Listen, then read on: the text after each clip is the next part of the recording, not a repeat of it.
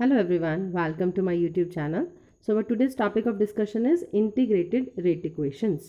तो अभी तक हमने जो स्टडी किया वो ये किया कि जब भी आप रेट ऑफ रिएक्शन को स्टडी करते हो तो उसके लिए हम क्या करते हैं, डिफरेंशियल रेट इक्वेशन लिखते हैं, जहाँ पर हम देखते हैं change in concentration of reactant with time. ये आपके पास क्या होती है, एक रेट इक्वेशन होती है और ये किसके बराबर होता है, आपके पास रेट ऑफ रिएक्शन के। अगर हमें इंस्टेंटेनियस रेट निकालना हो तो उस टाइम पे हमें क्या करना पड़ता है, एक टेंजेंट ड्रॉ करना होगा किसी पॉइंट टी पे, और उस टेंजेंट का जो स्लोप है वही हमें क्या बताएगा, इंस्टेंटेनियस रेट। और किस कर्व में करते हैं, जब हम कर्व बनाते हैं कॉन्सेंट्रेशन वर्सेस टाइम का, जब हम प्लॉट बनाते हैं। तो ये डिफ़िकल्ट है कि हम इस तरह से रेट लॉ को निकालें और इसी तरह से हम ऑर्डर ऑफ रिएक्शन को बताएं, तो ये बहुत ही टीडियस वर्क है। इस डिफ़िकल्टी को अवॉइड करने के लिए हम क्या करते हैं, जो भी हमारे पास डिफरेंशियल रेट इक्वेशन है उसको इंटीग्रेट कर देते हैं। अब उसे इंटीग्रेट करने से होगा क्या, वो इंटीग्रेटेड जो इक्वेशन है वो हमें एक रिलेशन देगी किसके बीच में, जब एक्सपेरिमेंटली कॉन्सेंट्रेशंस की वैल्यूज़ को देख रहे हो, एक्सपेरिमेंटली जो आप कॉन्सेंट्रेशन की वैल्यूज़ को देख रहे हो डिफरेंट टाइम पे, उसको रिलेट कर देगी ये रेट कांस्टेंट के साथ। इसीलिए ये इंटीग्रेटेड रेट इक्वेशंस हमारे लिए बहुत ही ईजी और इम्पॉर्टेंट वर्क है। सो इंटीग्रेटेड रेट इक्वेशंस जो है आपके पास डिफरेंट रिएक्शंस ऑर्डर के लिए हो सकती हैं। तो हमने जो कंसर्न है हमारा सिलेबस का, वो हमने दो रिएक्शंस के लिए कंसिडर करना है। First is zero order reaction and second is first order reaction. तो डिस्कस करते हैं जीरो ऑर्डर रिएक्शन के लिए। जीरो ऑर्डर रिएक्शन का मतलब क्या है कि जो रेट ऑफ रिएक्शन है वो प्रोपोर्शनल है किसके, zero power of concentration of reactant. हमें पता है कि रेट ऑफ रिएक्शन जब भी हम निकालते हैं तो वो किसकी टर्म में निकालते हैं, रिएक्टेंट की कॉन्सेंट्रेशन के टर्म में।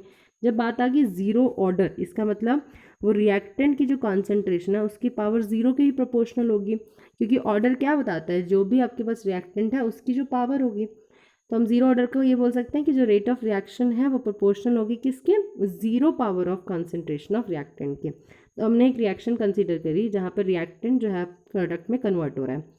सो इसके लिए अगर हम रेट लिखें तो वो क्या होगा, change in concentration of reactant with time, क्योंकि रिएक्टेंट की कॉन्सेंट्रेशन क्या होती है, डिक्रीज होती जाती है, इसलिए हम आगे ऑलरेडी नेगेटिव साइन लगा रहे हैं। Is directly proportional to concentration of R raise to power zero, because it is zero order reaction. जब आप प्रोपोर्शनैलिटी का साइन हटाओगे तो ये किसके बराबर आएगा, के के बराबर। के इज़ योर रेट कांस्टेंट। तो यही चीज़ हमने यहाँ पर लिखी है, that is rate is equal to minus D R by D T which is equal to K into concentration of R raise to power zero. अब कोई भी चीज़ जिसकी पावर जीरो होगी वो किसके बराबर आएगा, यूनिटी के बराबर आएगा, that is equal to one. So rate किसके बराबर हो गया, minus D R by D T is equal to K into ये वैल्यू आपके पास क्या आ गई, वन, तो that is K into one. So D R के इसके बराबर आ गया माइनस के डी टी। कैसे लिखा हमने, minus D R by D T किसके बराबर है, के बराबर है, तो इसको क्रॉस मल्टीप्लाई करा दिया। So we get is minus D R is equal to K D T. और अगर हम यहाँ साइन चेंज कर दे तो क्या लिखेंगे, D R is equal to minus K D T. अब हमने इसको इंटीग्रेट करना है, जब हम इसको इंटीग्रेट करेंगे तो इंटीग्रेशन लगाइए। अब क्योंकि हमें एग्जैक्ट लिमिट्स की वैल्यूज़ नहीं पता है, इसलिए यहाँ पर साथ में कांस्टेंट ऑफ इंटीग्रेशन भी इन्वॉल्व होगा।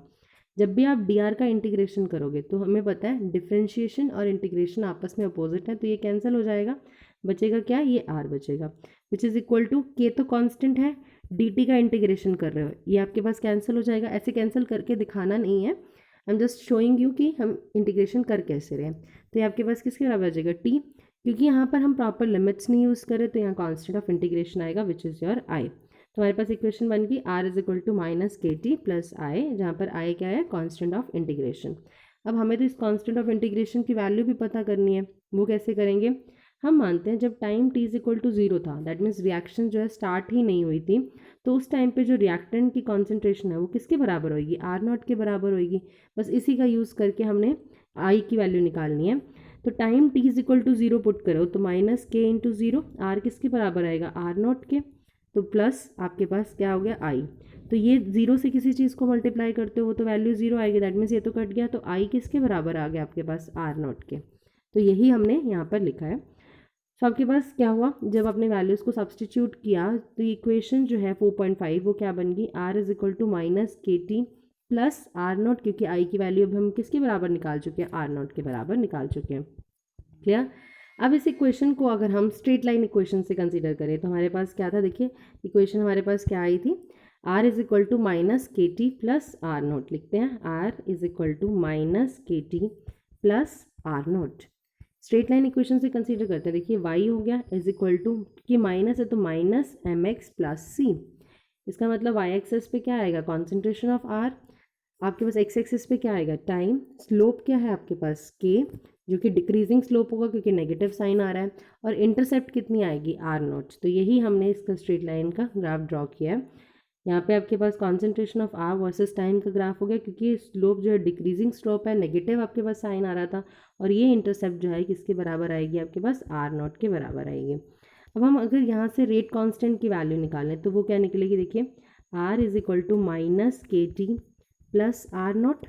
हमें इस k की वैल्यू निकालें, क्या करेंगे, हम इसको इस साइड ले जाएंगे लेफ्ट साइड पे, तो k is equal to K T is equal to r not minus r, तो k किसके बराबर आ जाएगा, 1/t concentration of r not minus concentration of r। यही हमने लिखा है, k is equal to 1/t concentration of r not minus concentration of r। ये हमारे पास किसके लिए आगे वैल्यू, रेट कांस्टेंट की value for the first order reaction क्या है, k is equal to concentration of r not minus concentration of r divided by t। So zero order reaction जो है वो बहुत ही अनकॉमन रिएक्शन है, बट स्पेशल कंडीशंस में ये रिएक्शन अकर करती हैं।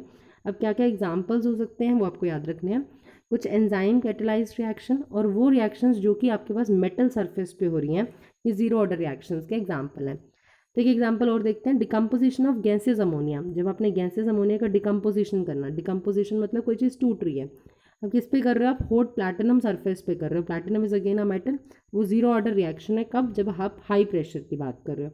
तो रिएक्शन देखिए हमने, 2NH3 गैसेस, आपके पास क्या दे रहा है, N2 gases plus 3H2 gases, temperature क्या है 1130 केल्विन, और प्लैटिनम आप यूज़ कर रहे हो जो कि एक मेटल है और एज अ कैटलिस्ट भी ये काम कर रहे हैं। जब आप इस इक्वेशन के लिए रेट ऑफ रिएक्शन लिखोगे वो क्या आएगा आपके पास, rate is equal to k times into concentration of NH3 raise to power 0। अब 0 पावर का मतलब क्या है, जीरो ऑर्डर रिएक्शन है। तो इस रिएक्शन में हो क्या रहा है, देखिए ध्यान से, जो प्लैटिनम है ना आपके पास, वो एक कैटलिस्ट की तरह काम कर रहा है। जैसे ही बहुत ज़्यादा प्रेशर होगा, क्योंकि हमने बोला हाई प्रेशर पे ये जीरो ऑर्डर रिएक्शन की तरह काम कर रही है, तो जैसे ही आपके पास प्रेशर ज़्यादा होगा ना, तो मेटल का जो सरफेस है उसमें क्या होगा, गैस मॉलिक्यूल्स आके कलेक्ट हो जाएंगे। दैट मीन्स मेटल का जो सरफेस है वो सैचुरेटेड हो जाएगा गैस मॉलिक्यूल्स के साथ। तो अगर आप रिएक्शन कंडीशंस में फर्दर चेंज भी कर रहे हो ना, फिर भी जो अमाउंट अमोनिया की जो अमाउंट है कैटलिस्ट के सरफेस पे आके वो कंबाइंड हो रही थी, उस पर कोई भी इफेक्ट नहीं पड़ेगा।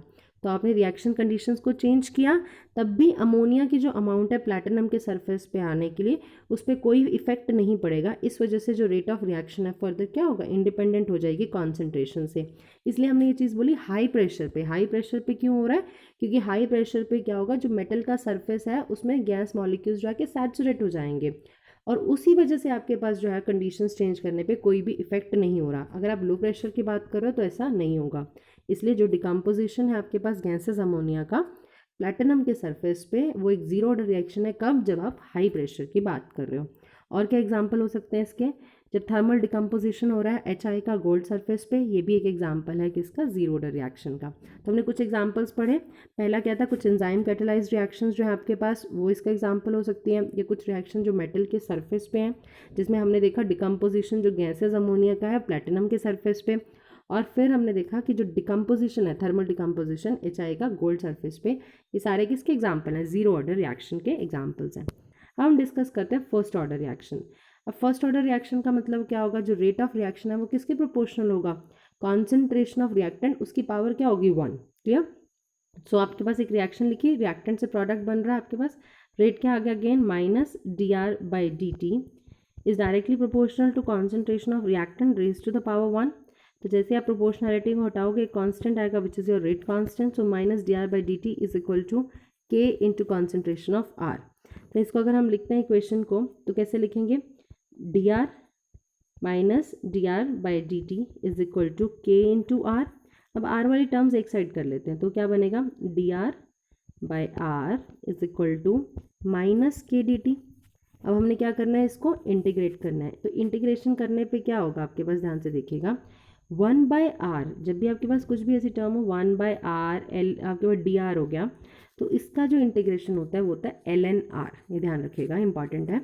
1/r और साथ में इसका डिफरेंशियल टर्म है तो उसका इंटीग्रेशन क्या होगा, ln r। इसका क्या होगा, सिंपली डिफरेंशिएशन और इंटीग्रेशन कैंसिल हो गए तो kt आ जाएगा। तो यही चीज़ हमने यहाँ पर लिखी है। जैसे आप इसको इंटीग्रेट करोगे तो इंटीग्रेशन पे क्या आएगा, 1/r dr का integration is ln r minus is equal to minus K dt का इंटीग्रेशन इज t, क्योंकि अभी आप प्रॉपर लिमिट्स नहीं है तो कांस्टेंट ऑफ इंटीग्रेशन भी यूज़ होगा विच इज़ योर i। तो हमारे पास बन गया ln r is equal to minus K T plus I. अब हमारा काम क्या है, इस कांस्टेंट ऑफ इंटीग्रेशन को निकालना, और इसकी वैल्यूज अगेन हम कैसे निकालेंगे, जब time t is equal to 0 है तो उस टाइम पे जो कॉन्सेंट्रेशन है r की वो किसके बराबर होएगी, r0 के बराबर होएगी। r0 का मतलब क्या है, रिएक्टेंट की initial concentration, that means time 0 पे रिएक्टेंट की कॉन्सेंट्रेशन जो है वही हमें डिनोट कर रहा है r0। तो ये वैल्यू को अगर आप पुट करोगे इस इक्वेशन में तो ln r terms to be ln r0 is equal to minus K T, time क्या है 0 प्लस आई। तो आई की वैल्यू क्या आ जाएगी, ये बराबर आ जाएगी ln r0 के, क्योंकि 0 मल्टीप्लाइड बाई समथिंग इज 0। तो आई हमारे पास निकल गया किसके बराबर, ln r0 के बराबर। तो हमारी इक्वेशन बन गई ln r is equal to minus K T plus ln r0। ये इंपॉर्टेंट इक्वेशन है, जिस इस इक्वेशन का यूज़ करके हम डिफरेंट फॉर्म्स निकालने वाले हैं फर्स्ट ऑर्डर रिएक्शन के लिए। तो इक्वेशन क्या है, ध्यान से देख लीजिए, ln r is equal to minus K T plus ln r0। अब इसका यूज़ करके देखते हैं और इक्वेशंस हम कैसे निकालेंगे। नेक्स्ट इज आपके पास इस इक्वेशन को अगर आप रीअरेंज करते हो तो क्या लिखा था, ln r is equal to minus K T plus ln r0। हम क्या करते हैं, k की वैल्यू निकालते हैं यहाँ से। तो k किसके बराबर हो जाएगा आपके पास, kt ले लेते हैं लेफ्ट साइड पे, तो ये किसके बराबर हो गया, ln r0 minus ln r। एक प्रॉपर्टी और ध्यान रखिएगा, ln हो चाहे log हो, तो अभी यहाँ पर ln की डिस्कशन कर रहे हैं तो उसी से बात करेंगे। ln a minus ln b किसके बराबर होता है, ln a बाई b। जब इसको कंबाइन करके लिखते हो तो it is written as ln a by b। यही चीज़ हमने यहाँ यूज़ करनी है। तो हम कैसे लिख सकते हैं, K T is equal to ln r0 minus ln r which is ln a minus ln b। क्या लिखेंगे, ln r0 बाई r। क्या, तो k की वैल्यू क्या आ जाएगी, 1/t ln r0 by r। यही चीज़ हमने यहाँ पर लिखी है, k is equal to 1/t ln r0 minus r। अब हम क्या करने वाले हैं कि डिफरेंट टाइम पे देखेंगे इस इक्वेशन को कैसे रीअरेंज कर सकते हैं और रेट कांस्टेंट की वैल्यू क्या होगी। तो हम मान लेते हैं हमने टाइम t1 की बात की, तो उस टाइम पे आपकी इक्वेशन क्या बन रही थी, देखिए ln r is equal to minus K T plus ln r0। अगर हम टाइम t1 की बात कर रहे हैं तो इस टाइम पे ln r को रिप्लेस करेंगे r1 से, t को रिप्लेस करेंगे t1 से, और r0 एज इट इज़ रहेगा क्योंकि इनिशियल वैल्यू तो हमेशा सेम ही रहेगी। तो हमारे पास ये वैल्यू बन गई।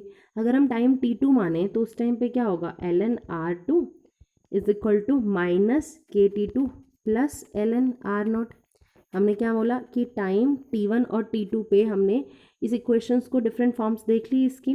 अब क्या करेंगे, इन इक्वेशंस को सब्सट्रैक्ट करेंगे, तो ln r1 minus ln r2 द्वारा लिखते हैं इस इक्वेशन को। तो क्या बना था, ln r1 is equal to minus K T one plus ln r0, और यहाँ बना था ln r2 is equal to minus K T two plus ln r0।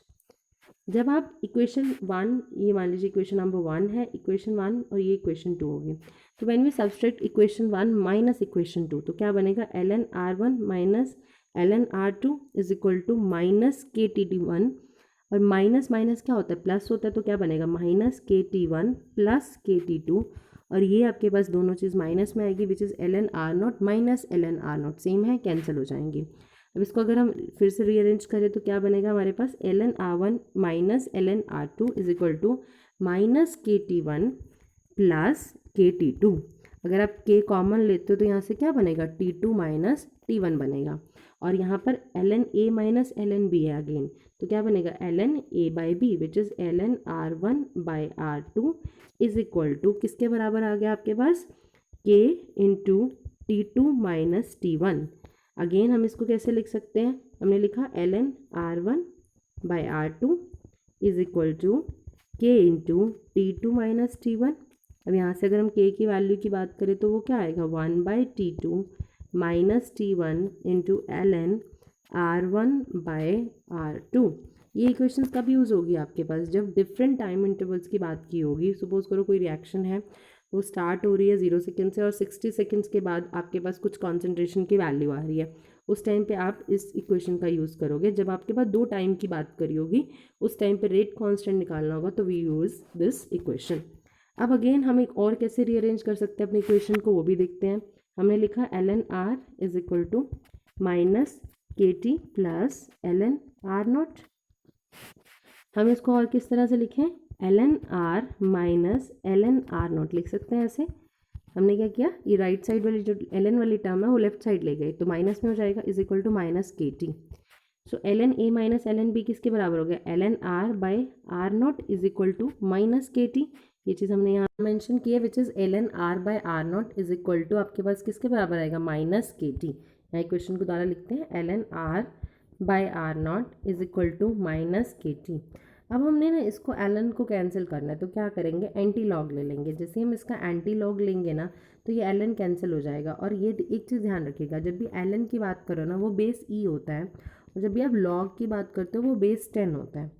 हमारे पास जो टेबल अवेलेबल होते हैं वो ln के नहीं होते, वो लॉग के होते हैं। इसलिए जब भी आप वैल्यूज़ देखनी है ना, तो ln को लॉग में कन्वर्ट करना पड़ता है। तो ln को लॉग में कन्वर्ट करते हैं 2.303 से मल्टीप्लाई करके। अभी यहाँ जो समझने वाली चीज़ है वो ये है कि जैसे आप इसका एंटी लॉग लोगे ना, तो ln और एंटी लॉग तो कैंसिल हो जाएंगे।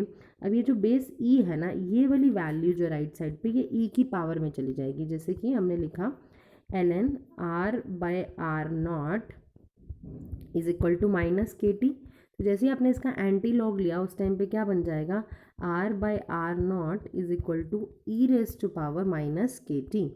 और फिर हमारे पास इस इक्वेशन को देखें तो r is equal to r naught cross multiply कर दिया into E raise to power minus K T, which is another form of first order reaction.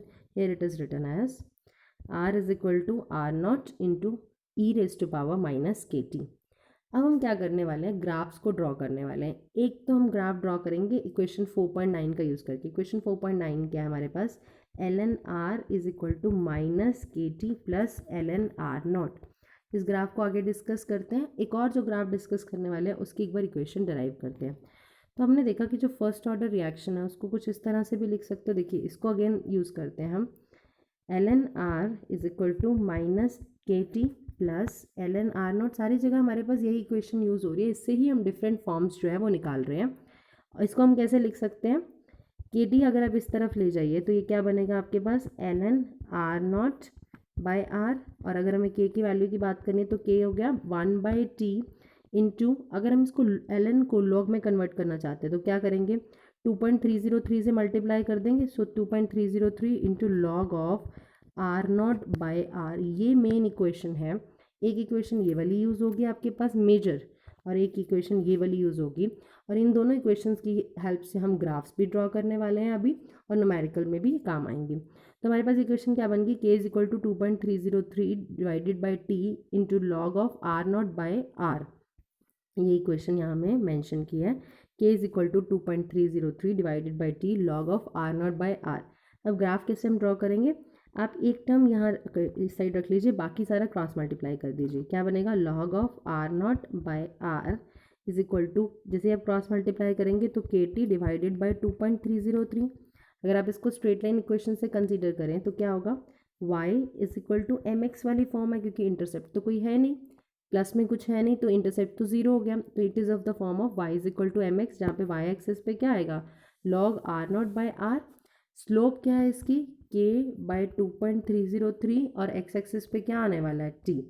अब इनके ग्राफ्स देखते हैं हम, और उससे भी पहले एक चीज़, जो फर्स्ट ऑर्डर रिएक्शन के जो एग्जांपल्स हैं वो क्या है। पहली, इथीन का हाइड्रोजनेशन होगा। इथीन क्या होगा, 2 मेंबर एल्कीन जिस C2H4, इसका हाइड्रोजनेशन कर रहे हो। जब भी आप हाइड्रोजनेशन करते हो एल्कीन का तो क्या बनता है, एल्केन बनता है। हाइड्रोजन यहाँ पर ऐड हो जाएंगे तो C2H6 which is your ethane. Clear. तो ये क्या आपके पास फर्स्ट ऑर्डर रिएक्शन है, जहाँ पर रेट जो है वो किसके प्रोपोर्शनल होगा, डायरेक्टली प्रोपोर्शनल होगा concentration of ethene raise to power 1। So it is a first order reaction. दूसरी इंपॉर्टेंट चीज़, जितने भी नेचुरल या आर्टिफिशियल रेडियो एक्टिव डिके होते हैं, जो भी आपके पास न्यूक्लियस के डिके होते हैं, चाहे आप नेचुरल तरीके से हो चाहे आर्टिफिशियल तरीके से हो, ये सारे ही फर्स्ट ऑर्डर काइनेटिक्स को फॉलो करते हैं। जो आप न्यूक्लियर केमिस्ट्री की बात करेंगे तो सारी nuclear chemistry first order kinetics पे ही बेस्ड है। अब हम डिस्कस करने वाले हैं ग्राफ्स के बारे में। तो सबसे पहला ग्राफ देखते हैं। ये ग्राफ जो बनाया गया है इस इक्वेशन का यूज़ करके बनाया गया है, ln r is equal to minus K T plus ln r naught. अगर हम इस इक्वेशन को कंपेयर करें स्ट्रेट लाइन इक्वेशन से तो ये क्या बनेगा, y is equal to minus M X plus C. Y axis पे क्या आ गया ln r, एक्स एक्सेस पे क्या आएगा t, स्लोप क्या आएगा, डिक्रीजिंग स्लोप आएगा, और स्लोप की वैल्यू क्या किसके बराबर होगी, रेट कांस्टेंट के बराबर होगी। और इंटरसेप्ट क्या है, ln r not which is your intercept. तो ये इक्वेशन हमने जो स्टार्टिंग में डिस्कस की थी उस इक्वेशन का ग्राफ था। सेकंड हमने जो ग्राफ बनाना है वो इस इक्वेशन का बनाना है यूज़ करके this equation, log r not by r is equal to K T divided by 2.303। अब ये क्या किस फॉर्म में बनेगा, y is equal to M X में, जहाँ पे y एक्सेस पे क्या आ रहा है, log r not by r आ रहा है, और आपके पास स्लोप क्या है k, और x k by divide by 2.303 is the slope, और x एक्सिस पे आपके पास क्या आएगा, t आएगा। ये ग्राफ हमने यहाँ पर ड्रॉ किया हुआ है। यहाँ पे y एक्सिस पे आपके पास ये वैल्यू है, टाइम के बीच में ग्राफ है, और स्लोप क्या आ रही है, k डिवाइडेड बाई 2.303। ये ग्राफ्स जो है फर्स्ट ऑर्डर रिएक्शन के ये काफ़ी इंपॉर्टेंट है। सो न्यूमेरिकल्स भी इस बेसिस पे आते हैं। अब डिस्कस करते हैं रेडियम का डिकम्पोजिशन। आपके पास ये रेडियम है, इसका डिकम्पोजिशन हुआ रेडॉन में और हीलियम में, पीआई में। तो इस टाइम पे जो रेट है वो किसके प्रोपोर्शनल होगा, directly proportional to concentration of reactant raise to the power 1। अब यहाँ पर किसके बराबर होगा, तो rate is equal to K into concentration of R A raise to the power 1। और एग्जाम्पल क्या हो सकते हैं फर्स्ट ऑर्डर रिएक्शन के, N2O5 और N2O का डिकम्पोजिशन भी जो है वो फर्स्ट ऑर्डर रिएक्शन का ही एग्जाम्पल है।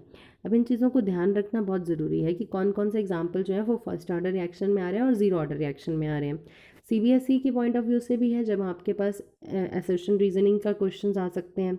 और दूसरी चीज़, जब आप नीट लेवल की बात कर रहे हो या IIT लेवल की बात कर रहे हो, वहाँ पर भी ये क्वेश्चन इस टाइप में पूछे जा सकते हैं। अब इसी के बेसिस पे ही हम एग्जाम्पल डिस्कस करते हैं। Example is 4.5. The initial concentration of N2O5 in the following first order reaction is N2O5 decomposes to give 2NO2 plus half O2. अब इसकी इनिशियल कॉन्सेंट्रेशन कितनी थी, 1.24 इंटू 10⁻⁻2 मोल पर लीटर। दैट मीन्स ये आपके पास किसकी वैल्यू हो गई, आर नॉट की वैल्यू हो गई। The concentration of N2O5 after 60 minutes, time जो है आपके पास 60 मिनट्स दिया हुआ है, वॉज इसकी वैल्यू क्या आई, 0.20 इंटू 10⁻⁻2। ये आपके पास आर की वैल्यू होगी, आपको के की वैल्यू निकालनी है। This value is for R naught, here it is the given as time, और आपके पास के की वैल्यू निकालनी है। देखो दो तरीके से आप इस क्वेश्चन को कर सकते हो। पहला तो तरीका ये है, दो टाइम इंटरवल कंसीडर कर लीजिए। एक टाइम होगा आपके पास 0 सेकेंड्स वाला और 0 मिनट्स वाला, और एक टाइम होगा आपके पास 60 मिनट्स वाला। दूसरा तरीका क्या है, आप डायरेक्टली एक फॉर्मूला और यूज़ कर सकते हैं which is k is equal to 1/t 2.303, क्योंकि लॉग की बात करेंगे यहाँ पर 2.303 लॉग ऑफ R1/R2। दोनों फॉर्मूले आप यूज़ कर सकते हैं, इससे भी आपका आंसर वही आएगा। और दूसरा फॉर्मूला क्या है हमारे पास, देखिए k किसके बराबर था, 1/T2 माइनस T1। लॉग की बात करें तो multiply by 2.303 log of R1/R2। अब वो किसकी वैल्यू निकालनी है, k की वैल्यू निकालनी है। T2 आपके पास है 60 मिनट, T1 आपके पास 0 मिनट, R1 की वैल्यू आपके पास क्या हो गई, जो आपके पास इनिशियल रेट था। इनिशियल रेट क्या था, time t is equal to 0 पे, वो वैल्यू क्या है 1.24 इंटू 10⁻⁻2 मोल पर लीटर।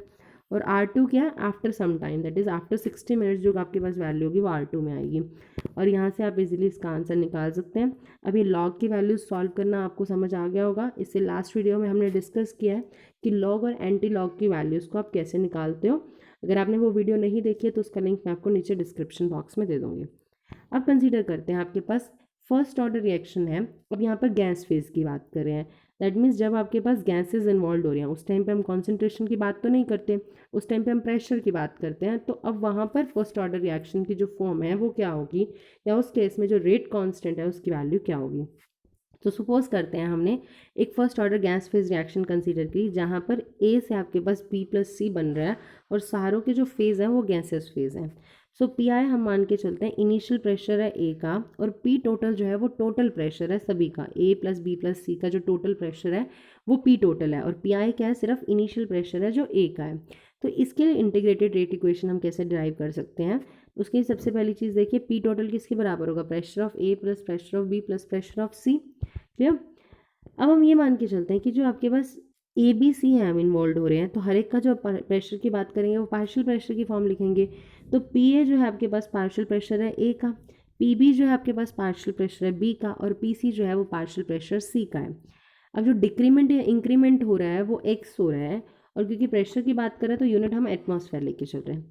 तो जब time T is equal to zero होगा, दैट मीन्स कोई रिएक्शन जब स्टार्ट ही नहीं हुई, तो उस टाइम पे जो ए का प्रेशर होगा वो क्या होगा, initial pressure, that is your P I, और बी और सी का कोई प्रेशर नहीं होगा, ज़ीरो ज़ीरो होगा। अब कुछ टाइम के बाद आप एट टाइम टी हम मान लेते हैं, अब कहीं जैसे ही रिएक्शन प्रोसीड करेगी फर्दर, तो ए के प्रेशर में तो कुछ कमी आएगी, कुछ डिक्रीमेंट होगा। जितनी कमी ए के प्रेशर में आएगी उतना ही इंक्रीमेंट जो है वो बी और सी के प्रेशर में होगा। क्यों? क्योंकि 1 मोल ऑफ ए किसके बराबर है, 1 मोल ऑफ बी के बराबर है, और 1 मोल ऑफ सी के बराबर है। दैट मीन्स यार स्टॉक्योमेट्री जो है वो चेंज नहीं कर रही है। इसी वजह से जितना ए का प्रेशर डिक्रीज होगा उतना ही बी और सी का प्रेशर इंक्रीज होगा। तो हमने मान लिया एक्स एटमॉस्फेयर जो है प्रेशर ए का डिक्रीज हो रहा है, तो टाइम टी पर जो प्रेशर होगा वो कितना होगा, इनिशियली था इसका पी आई, एक्स डिक्रीज हो गया तो बचा कितना, पी आई माइनस एक्स। अब जितना इसका डिक्रीज होगा उतना ही बी और सी का इंक्रीज होगा, इनिशियली था जीरो, अब कुछ इंक्रीज होगा, वो कितना इंक्रीज है, एक्स। तो टाइम टी पे आपके पास बी का प्रेशर कितना होगा, एक्स एटमॉस्फेयर, और सी का कितना होगा, एक्स एटमॉस्फेयर। हमें सबसे पहली चीज़ क्या निकालनी है, टोटल प्रेशर निकालना है। टोटल प्रेशर के लिए हम क्या करेंगे, इन तीनों प्रेशर्स को ऐड करने वाले, which is P I minus x plus x plus X. तो एक्स से एक्स कट गया तो आपके पास क्या बना, पी आई प्लस एक्स आपके पास बन गया। हमें काम अब किससे है, सिर्फ इस ए के प्रेशर से, और ए का प्रेशर भी जो टाइम टी पर है। अब उसको कैसे निकालेंगे, जब सबसे पहले हम इसके लिए एक्स की वैल्यू निकालेंगे। सो एक्स की वैल्यू क्या होगी, अब देखो P total is equal to आपके पास किसके बराबर है, पी आई प्लस एक्स। तो x किसके बराबर हो गया, p total minus P I. क्योंकि हमें जब बात कर रहे हैं कॉन्सेंट्रेशन की या प्रेशर की, अगर हम मोर स्पेसिफिकली बात करें इस केस में प्रेशर की जब हम बात करें, तो हमें x की वैल्यू नहीं काम करनी है उस पर, हमें जो रिजल्ट चाहिए वो प्रेशर्स की ही टर्म में चाहिए। तो आपके पास x की वैल्यू निकल गई p total minus P I, that is your initial pressure.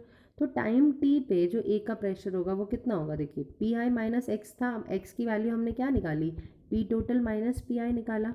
तो जैसे आप इसको सॉल्व करोगे क्या बनेगा, P I minus P total plus P I, so it is equal to 2 PI minus P total. ये आपके पास क्या आ गया, प्रेशर आ गया ए का, कब, टाइम टी पे।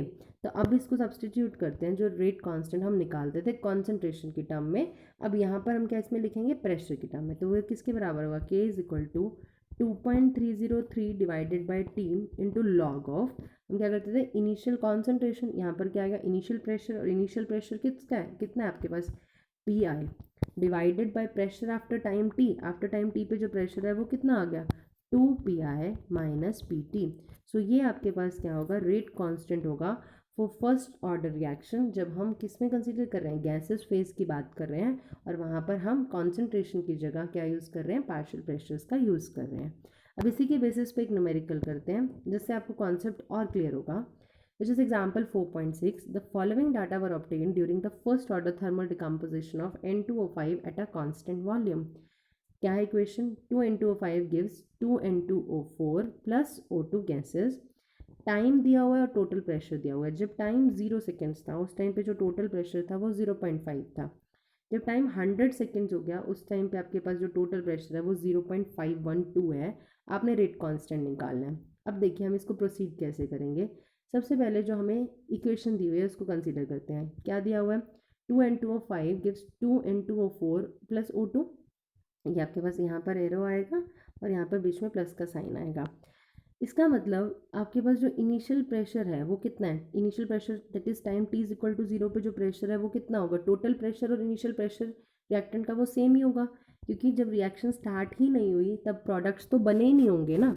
तो उस टाइम पे जो टोटल प्रेशर होगा वही ही रिएक्टेंट का इनिशियल प्रेशर होगा। तो वो कितना है, 0.5 एटमॉस्फेयर, और इसकी वैल्यू क्या है, 0 0 है। अब जो चीज़ समझने वाली है वो ध्यान से समझिएगा। आपके पास N2O5 का प्रेशर डिक्रीज़ हो रहा है, N2O4 का इंक्रीज़ होगा और O2 का इंक्रीज़ होगा। यहाँ पर रोल आएगा स्टोइकियोमेट्रिक कोफिशिएंट्स का। अब इसके जो 2 मोल्स हैं वो प्रोड्यूस कर रहे हैं 2 मोल्स N2O4 के और 1 मोल O2 का, वहाँ पर 2 इन्वॉल्व नहीं हो रहा। इसका मतलब जो प्रेशर में डिक्रीमेंट आ रहा है आफ्टर टाइम टी पे वो कितना है 0.5 माइनस, अब स्टोइकियोमेट्री इन्वॉल्व होगी, -2x, और इसका कितना इंक्रीमेंट होगा क्योंकि यहाँ 2 मल्टीप्लाइड में तो 2x होएगा और यहाँ पर कितना होगा x होगा। बस ये ध्यान रखना है। कैसे किया हमने, जो भी आपके पास इनिशियल प्रेशर है और किसी टाइम टी पे हम जो प्रेशर्स की बात करते हैं ना, ये टाइम टी पे ये नहीं होता कि कितना प्रेशर इसका कम हो गया, ये टाइम टी पे ये बात हो रही है कि कितना प्रेशर इसका रिमेनिंग रह गया। तो वो क्या होगा, जो प्रेशर आपके पास स्टार्टिंग में था माइनस जो इसका डिक्रीज़ हुआ। तो डिक्रीज़ कितना होगा, जब स्टोइकियोमेट्री इन्वॉल्व हो रही है ना, तो जितनी स्टोइकियोमेट्री है उससे मल्टीप्लाई कर दीजिए, बस सिंपल सही याद रखिए। तो 2 × 5 है तो 2 आपके पास कोफिशिएंट यूज़ हो रहा है, तो इसका डिक्रीमेंट जो होगा वो 2x का होगा। और यहाँ पर भी 2 इन्वॉल्व है, इसका जो इंक्रीमेंट होगा वो 2x का होगा और O2 का जो इंक्रीमेंट होगा वो x का होगा। सो टाइम t पे आपके पास जो प्रेशर आएगा वो कितना आएगा 0.5 माइनस 2x, इसका कितना आएगा 2x और O2 का कितना आएगा x। सो हम सबसे पहले चीज़ देखते हैं टोटल प्रेशर। अब टोटल प्रेशर निकालेंगे तभी तो हम ये x की वैल्यू निकाल पाएंगे। तो टोटल प्रेशर क्या होगा 0.5 minus 2x plus 2x plus x atmosphere, वो किसके बराबर आ गया 0.5 प्लस x। अब यहाँ से हमें किसकी वैल्यू निकालनी है, x की वैल्यू निकालनी है, तो x किसके बराबर आएगा p टोटल माइनस 0.5। अब एक चीज़ और ध्यान रखिए, p टोटल हमारे पास गिवन है, p टोटल हमारे पास गिवन है ऑलरेडी और उसको भी यूज़ करते हैं। उससे पहले हम क्या देख रहे हैं, जो आपके पास N2O5 की जो वैल्यू है टाइम t पे वो क्या आ रही है 0.5 माइनस 2 इंटू एक्स की वैल्यू को सब्सटीट्यूट कर दीजिए, 0.5 minus 2 into P total minus 0.5, तो ये वैल्यू क्या आ गया आपके पास 1.5 माइनस 2 इंटू पी टोटल।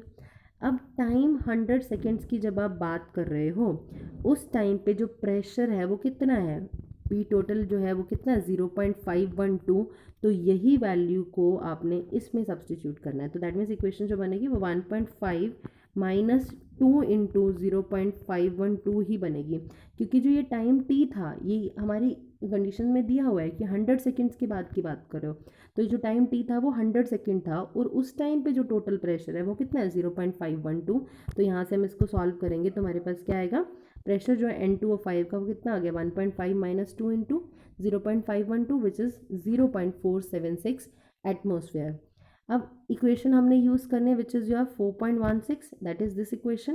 तो हमने इक्वेशन यूज़ करनी है k is equal to 2.303 divided by T log of initial pressure divided by pressure after time T. अब आप डायरेक्टली ये इक्वेशन नहीं यूज़ करोगे क्योंकि इस इक्वेशन में स्टोइकियोमेट्री 1 इन्वॉल्व थी, बट कि हमारे जो क्वेश्चन हमने किया है विच इज़ योर एग्जाम्पल 4.6 उसमें स्टोइकियोमेट्री डिफरेंट इन्वॉल्व है। तो हमने इस इक्वेशन में वैल्यूज पुट करनी है, तो आपके पास क्या बन गया 2.303 divided by T log of initial pressure divided by pressure after time T. Time कितना दिया हुआ है हमें 100 सेकेंड्स दिया हुआ है। इनिशियल प्रेशर कितना था ध्यान से देखिए, initial pressure is time T is equal to 0 पे प्रेशर जो है वो 0.5 है और प्रेशर आफ्टर टाइम टी वो हमने निकाल लिया विच इज़ योर 0.476। तो आपके पास के की जो वैल्यू आई वो आई 4.98 इंटू 10⁻⁻⁴ सेकेंड इनवर्स। फिजिकल में एक चीज़ जो बहुत ही इंपॉर्टेंट है ध्यान रखने वाली, कि अगर आप यूनिट्स के बिना आंसर लिख रहे हो ना तो उस आंसर की वैल्यू नहीं है, क्योंकि आपको यूनिट्स हमेशा मेंशन करने पड़ेंगे। जैसे यहाँ पर हम प्रेशर की बात करें तो कौन सा यूनिट लेके चल रहे हैं, क्योंकि प्रेशर का तो यूनिट आपके पास बार भी हो सकता है, पास्कल भी हो सकता है, तो यहाँ हमने कंसीडर किया एटमॉस्फेयर। सो आपको साथ साथ यूनिट्स को डिस्क्राइब करना है, यही ही फिजिकल के न्यूमेरिकल्स करने का तरीका है। अब नेक्स्ट डिस्कस करते हैं half life of a reaction.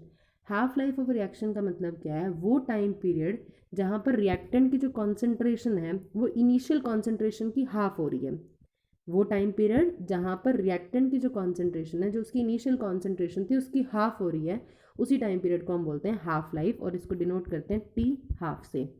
अब हमने डिस्कस करना अगेन जीरो ऑर्डर और फर्स्ट ऑर्डर के लिए। तो सबसे पहले जीरो ऑर्डर की बात करते हैं। जीरो ऑर्डर के लिए हमने रेट कांस्टेंट लिखा था k is equal to R naught minus R divided by T. अब हमें निकालना है हाफ लाइफ, तो टी हाफ हम यहाँ लिख देंगे और ये किसके बराबर आ जाएगा आर नॉट माइनस। अब देखो हमने बोला हाफ लाइफ वो टाइम पीरियड है जहाँ पर रिएक्टेंट की कॉन्सेंट्रेशन क्या हो रही है, हाफ हो रही है इनिशियल कॉन्सेंट्रेशन से।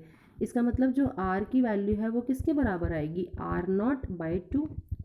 क्योंकि इनिशियल कॉन्सेंट्रेशन क्या थी R0 और उसका हाफ क्या हो गया 1/2। सो R0 minus R0 divided by 2 और डिनोमिनेटर में K तो आपके पास इन्वॉल्व है ही सही। तो जब आप इसको सॉल्व करोगे it gives R0/2K। So T half किसके बराबर आ गया आपके पास R0/2K। इसका मतलब जो टी हाफ है आपके पास that is half life period है जो जीरो ऑर्डर रिएक्शन का, वो डायरेक्टली प्रोपोर्शनल होता है रिएक्टेंट की इनिशियल कॉन्सेंट्रेशन से और इन्वर्सली प्रोपोर्शनल होता है रेट कांस्टेंट के। अब हम डिस्कस करते हैं फर्स्ट ऑर्डर रिएक्शन के लिए, जो कि हाफ लाइफ पीरियड बहुत ही इंपॉर्टेंट है। ध्यान से देखिएगा, हमने फर्स्ट ऑर्डर रिएक्शन के लिए क्वेश्चन लिखी थी K is equal to 2.303 divided by T into log of R0 by R, where R0 is the initial concentration and R is the concentration after time T। हमें बोला T half निकालना है तो T half is equal to किसके बराबर हो जाएगा 2.303 divided by K into log of R0। अब R की वैल्यू क्या हो गई R0/2 हो गई, दैट मीन्स R0/2, R0 से R0 कैंसिल हो गया। सो टी हाफ किसके बराबर आ गया 2.303 divided by K into log of 2। तो लॉग ऑफ 2 की वैल्यू क्या होती है 0.301। सो कुछ लॉग की वैल्यूज़ जो आपको याद रखनी है वो ये है, log 1 होता है 0 के बराबर, log 10 होता है 1 के बराबर और log 2 होता है आपके पास 0.301 के बराबर। ये तीन कॉमन वैल्यूज़ जो आपने याद रखनी है। अब हमने यहाँ पर log 2 की वैल्यू पुट की विच इज़ 0.301। तो आप इसको मल्टीप्लाई करो तो आपके पास आंसर आ रहा है 0.693। अब डिवाइडेड बाय K, क्योंकि ऑलरेडी K अवेलेबल था हमारे पास, तो T हाफ क्या आ गया आपके पास 0.693 डिवाइडेड बाय K। यहाँ से एक इंपॉर्टेंट कंक्लूजन निकल के आता है, वो ये कि अगर आप फर्स्ट ऑर्डर रिएक्शन के लिए हाफ लाइफ पीरियड देख रहे हो तो वो इंडिपेंडेंट है रिएक्टेंट की कॉन्सेंट्रेशन से। रिएक्टेंट की कॉन्सेंट्रेशन जो मर्जी हो, जो टी हाफ है वो डिपेंड करेगा आपके पास रेट कांस्टेंट पे। तो इसी के बेसिस पे आपके पास न्यूमेरिकल भी आते हैं एग्जाम्स में, तो आपने ध्यान से करना है T half for the first order reaction is 0.693 over K which is independent of concentration of reactant. Clear? Zero order reaction के लिए अगर आपने टी हाफ की बात की थी, देखिए हमारे पास जीरो ऑर्डर रिएक्शन के लिए टी हाफ क्या आ रहा था R0/2K और for first order reaction it is equal to 0.693 divided by K। इसका मतलब जीरो ऑर्डर रिएक्शन के लिए जो हाफ लाइफ पीरियड है वो तो कॉन्सेंट्रेशन ऑफ रिएक्टेंट और रेट कांस्टेंट दोनों पे डिपेंड कर रही है, यानी कि हम बोल सकते हैं T half for zero order reaction is directly proportional to concentration of reactant, जबकि for first order reaction T half जो है वो इंडिपेंडेंट है किससे रिएक्टेंट की कॉन्सेंट्रेशन से। अब इसी के बेसिस पे एग्जांपल करते हैं। Example 4.7, a first order reaction is found to have a rate constant K is equal to 5.5 into 10 raised to power minus 14 second inverse, find the half life of a reaction। बहुत easily निकाल सकते हैं। हमें T half निकालना है किसके लिए, first order reaction हमारे पास गिवन है और रेट कांस्टेंट हमें दिया हुआ है 5.5 into 10 raise to power minus 14 second inverse. That means हमें पता है टी हाफ और फर्स्ट ऑर्डर रिएक्शन किसके बराबर होते हैं 0.693 डिवाइडेड बाई K। K की वैल्यू हमें गिवन है, यहाँ सब्सटीट्यूट कर दीजिए तो आंसर क्या आएगा 1.26 into 10 raise to power 13 seconds. So next example is example 4.8. Show that in a first order reaction, the time required for the completion of 99.9% is 10 times of T half of the reaction। इसका मतलब क्या है, वो बोलता है अब ये show करो कि जो 99.9% जब रिएक्शन कंप्लीट हो रही है उस टाइम पे जो टाइम पीरियड लग रहा है वो 10 टाइम्स है जब वो रिएक्शन जो है हाफ हो रही है, रिएक्टेंट की कॉन्सेंट्रेशन हाफ हो रही है। तो हमने क्या करना है, सबसे पहले 99.9% पे आपके पास रिएक्टेंट की कॉन्सेंट्रेशन क्या रहेगी वो देखते हैं। सो इनिशियल कॉन्सेंट्रेशन कितनी है R0, 99.9% किसका होगा आपके पास R0 का, क्योंकि इनिशियल वैल्यू का ही ये वैल्यू होगी। क्लियर? तो जो कंसेंट्रेशन आफ्टर टाइम T रह जाएगी वो क्या होगी, इनिशियल कॉन्सेंट्रेशन माइनस जो कॉन्सेंट्रेशन आपके पास है at 99.9% when the reaction is completed. तो ये आपके पास क्या होगा concentration of reactant after time T। तो K की वैल्यू क्या होगी 2.303 divided by T, log of initial concentration divided by concentration after time T।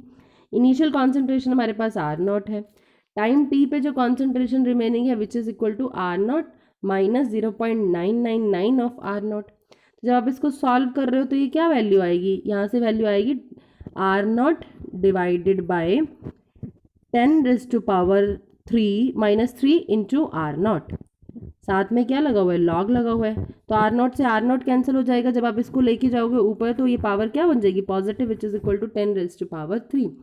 तो आपके पास के की वैल्यू क्या आ गई 2.303 divided by T into log 10⁻3। अब कैसे सॉल्व करेंगे, अब प्रॉपर्टी यूज़ करेंगे लॉग की, log m⁻n जो होता है वो होता है n log m, बस यही यूज़ करना है हमें। देखिए कैसे करना है हमने, 2.303 मल्टीप्लाइड बाई 3 log 10⁻3 को हम क्या लिखेंगे 3 log 10।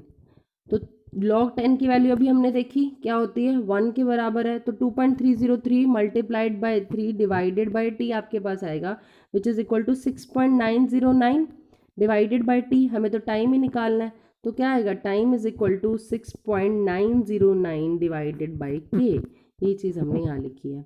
अब हाफ लाइफ पीरियड की बात करते हैं, तो हाफ लाइफ पीरियड तो हम डायरेक्टली निकाल सकते हैं। अब देखिए एक चीज़ ध्यान रखिएगा, यहाँ पर टाइम और हमने रेट कांस्टेंट के बीच में रिलेशन निकाल दिया, तो हाफ लाइफ में भी हम यही चीज़ करने वाले हैं। टाइम और रेट कांस्टेंट के बीच में रिलेशन जो है वो टी हाफ बताता है which is equal to 0.693 divided by K. तो हमारे so T by T half क्या बनेगा हमारे पास, अब देखिए टी ये है which is equal to 6.909 divided by K, T half आपके पास क्या हो गया 0.693 डिवाइडेड बाई के से के कैंसिल हो जाएगा, 6.909 डिवाइडेड बाई 0.693। जब आप इसको सॉल्व करोगे तो ये किसके बराबर आएगा 10 के बराबर आएगा। दैट मीन्स आपके पास टी बाई टी हाफ किसके बराबर आ गया 10 के बराबर। इसका मतलब टी किसके बराबर होगा 10 टाइम्स ऑफ टी हाफ। यही चीज़ हमें प्रूव करनी थी कि जो टी है आपके पास वो क्या है 10 टाइम्स ऑफ टी हाफ है। इसका मतलब जो 99.9% रिएक्शन को कंप्लीट होने के लिए जो टाइम लगेगा वो बराबर होगा 10 times of T half of the reaction, that is half life period of the reaction. So hopefully आपको ये लेक्चर समझ आया होगा। If you have any doubt regarding this topic do right in the comment section. If you like this video, click on the like button. If you find this video useful, then click on the subscribe button and share with your friends. Thank you so much for watching.